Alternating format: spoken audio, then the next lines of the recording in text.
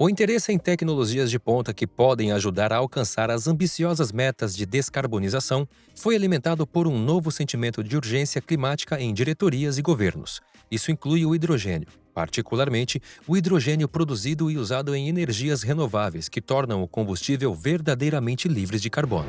O chamado hidrogênio verde poderia descarbonizar processos industriais e talvez fazer contribuições no transporte e aquecimento. Tudo parece maravilhoso, mas devemos ser realistas. Problemas relacionados à produção, escalabilidade, armazenamento e transporte representam sérios desafios para a economia de hidrogênio verde. A popularidade dele está aumentando, mas não é possível obtê-lo de graça. Para produzir hidrogênio, ele deve primeiro ser separado das moléculas de água ou metano, o que geralmente é feito por emissões intensivas de gás natural, reforma a vapor ou gaseificação de carvão. Bem, falaremos mais sobre isso no vídeo de hoje. E antes de continuar, não esqueça de se inscrever no canal, ativar o sininho de notificações e compartilhar esse vídeo com mais pessoas. Notavelmente, 95% do hidrogênio gerado e usado globalmente é obtido de combustíveis fósseis. E isso está principalmente associado aos setores químico e de refino. O hidrogênio deveria ser a solução para uma catástrofe mundial, mas por depender de combustíveis fósseis, está longe de se tornar isso. Mas e se houvesse uma maneira de se libertar dessa dependência? E se pudermos produzir hidrogênio sem depender de combustíveis fósseis? O hidrogênio tem potencial para ser um combustível milagroso, mas podem ser as usinas nucleares que o ajudarão a alcançar esta promessa.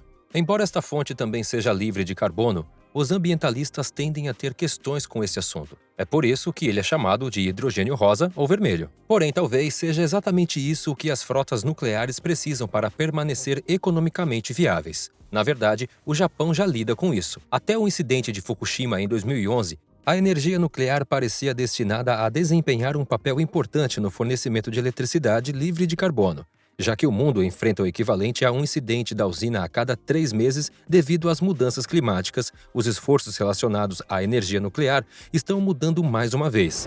Isso significa que o hidrogênio vermelho é uma possibilidade real. A urgência de combater as mudanças climáticas e a pressão geopolítica sobre os preços da energia estão moldando o futuro energético das economias em todo o mundo. Neste cenário energético global em mudança, o hidrogênio vermelho deve desempenhar um papel significativo. Ele tem sido aclamado como uma fonte de energia verdadeiramente revolucionária. A produção de hidrogênio precisa de energia que é fornecida principalmente pela queima de combustíveis fósseis. A maior parte do hidrogênio hoje é produzida pela reforma a vapor do gás natural ou da gaseificação de carvão, ambos os quais emitem dióxido de carbono. Porém, a demanda futura será principalmente de hidrogênio com zero carbono. A resposta para essa questão é usar a eletrólise alimentada por fontes de carbono renováveis intermitentes.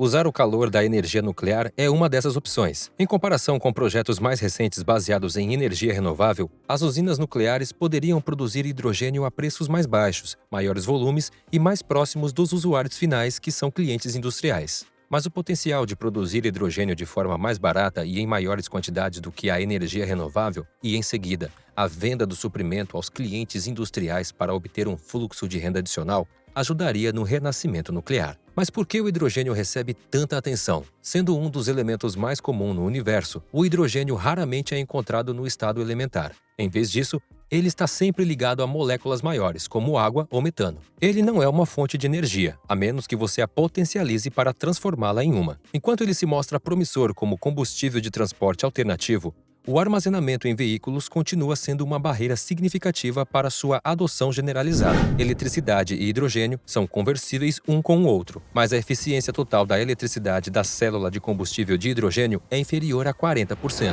No futuro, parte dele usado como combustível poderá ser convertido em amônia. À medida que o hidrogênio encontra novas aplicações como combustível, a energia primária necessária para conduzi-lo pode acabar superando ela para gerar eletricidade. O aquecimento de edifícios provavelmente será a próxima maior demanda em substituição ao gás natural. As ferrovias podem substituir o óleo diesel por hidrogênio. Existem vários métodos para produzir hidrogênio, mas a eletrólise é de longe o mais comum, onde se divide as moléculas de água em hidrogênio e oxigênio usando eletricidade. A eletrólise geralmente produz hidrogênio ecológico quando a energia é provavelmente de fontes renováveis, como parques eólicos ou solares. Da mesma forma, o hidrogênio vermelho pode ser produzido usando eletrólise, mas apenas com energia gerada por reatores nucleares. Porém, a baixa eficiência e a economia ruim dessa abordagem permitiram que os processos químicos necessários para produzir hidrogênio precisassem de quantidades consideráveis de energia. Da mesma forma, o calor, que é um subproduto das instalações de energia nuclear, pode ser usado para fins úteis. Isso resolveria a questão da eficiência e economia. A Associação Nuclear Mundial lista métodos pelos quais as instalações de energia nuclear podem gerar hidrogênio: eletrólise a frio, a vapor de baixa temperatura, eletrólise a vapor de alta temperatura e produção química térmica em alta temperatura. Os procedimentos baseados em calor melhoram a produtividade e diminuem o custo geral de fabricação. Com a eletrólise, a eficiência de todo o processo passa a cerca de 25% com os reatores de hoje, indo para 36% com reatores mais eficientes. Esse valor fica em 45% na eletrólise a vapor de alta temperatura e em cerca de 50% ou mais com a produção termoquímica direta.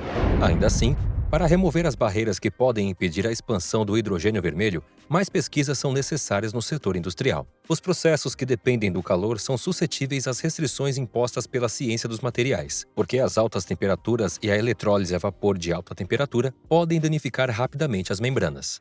O mesmo vale para a otimização dos atuais reatores nucleares para a produção termoquímica a alta temperatura. Essa anomalia deve ser corrigida e só então pode se tornar o segredo da geração de hidrogênio barato. Como qualquer outra alternativa de combustível fóssil, a tecnologia ainda exige trabalho para superar alguns obstáculos, mas isso não significa que um dia o hidrogênio vermelho será amplamente usado como fonte de energia limpa. De fato, alguns dos maiores consumidores de energia do mundo estão demonstrando um interesse crescente em explorar o potencial dos combustíveis. Da mesma maneira, a tecnologia nuclear da próxima geração, que está agora em desenvolvimento, pode ajudar a criar um caminho para sua produção viável já na década de 2030. Refrigerantes modernos de sódio e outras tecnologias são usados em projetos avançados de reatores modulares. Isso geralmente não apenas para a eletricidade, mas também para a energia térmica para a indústria, água quente doméstica e hidrogênio livre de carbono. Isso tudo é apenas o começo. A verdade é que há um crescente interesse global nesse tópico.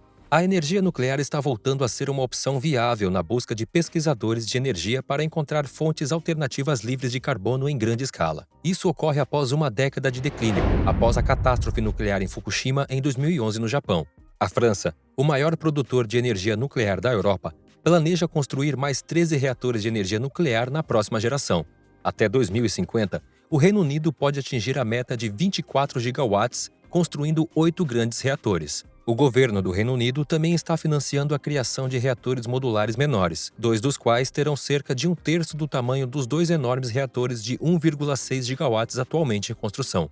Milhões de dólares foram alocados pelos Estados Unidos para apoiar projetos no Arizona e em Minnesota. Eles estão investigando métodos de eletrólise a vapor de alta temperatura. Além disso, a Lei Bipartidária da Infraestrutura alocou 8 bilhões de dólares para a construção de centros regionais de hidrogênio limpo nos Estados Unidos. Embora os locais ainda não tenham sido finalizados, a energia nuclear pode desempenhar um papel central. O Plano de Energia da Rússia para 2020 estabeleceu metas ambiciosas de exportar 0,2 milhão de toneladas de hidrogênio até 2024 e 2 milhões de toneladas até 2030, fazendo a nação se tornar um líder global na produção e exportação de hidrogênio, com 38 reatores nucleares operando em plena capacidade. A China tem a terceira maior capacidade de energia nuclear do mundo. Esse país pretende aumentar as suas usinas nucleares para 70 gigawatts até 2025, o que está acima dos 50 gigawatts gerado pelas 53 unidades de energia nuclear em 2020. Existe a esperança para o hidrogênio, pois a sua capacidade pode aumentar de 120 gigawatts para 150 gigawatts até 2030. O hidrogênio é muito promissor, mas seu potencial ainda não foi totalmente alcançado devido à dificuldade de extraí-lo, a disponibilidade de alternativas mais simples e as preocupações ambientais. Se o hidrogênio substituir o metano como fonte de combustível viável e mais limpa, ele deve ser gerado em larga escala, a baixo custo e com pouco impacto ambiental. O hidrogênio vermelho atende a muitos requisitos, mas para que ele se torne uma escolha para as necessidades energéticas, seriam necessários grandes investimentos, interesse empresarial, intervenções tecnológicas e apoio governamental nos próximos anos. Se isso for alcançado, ele pode mudar o jogo na redução das emissões de gases de efeito estufa e ajudar os países a atingir suas metas climáticas.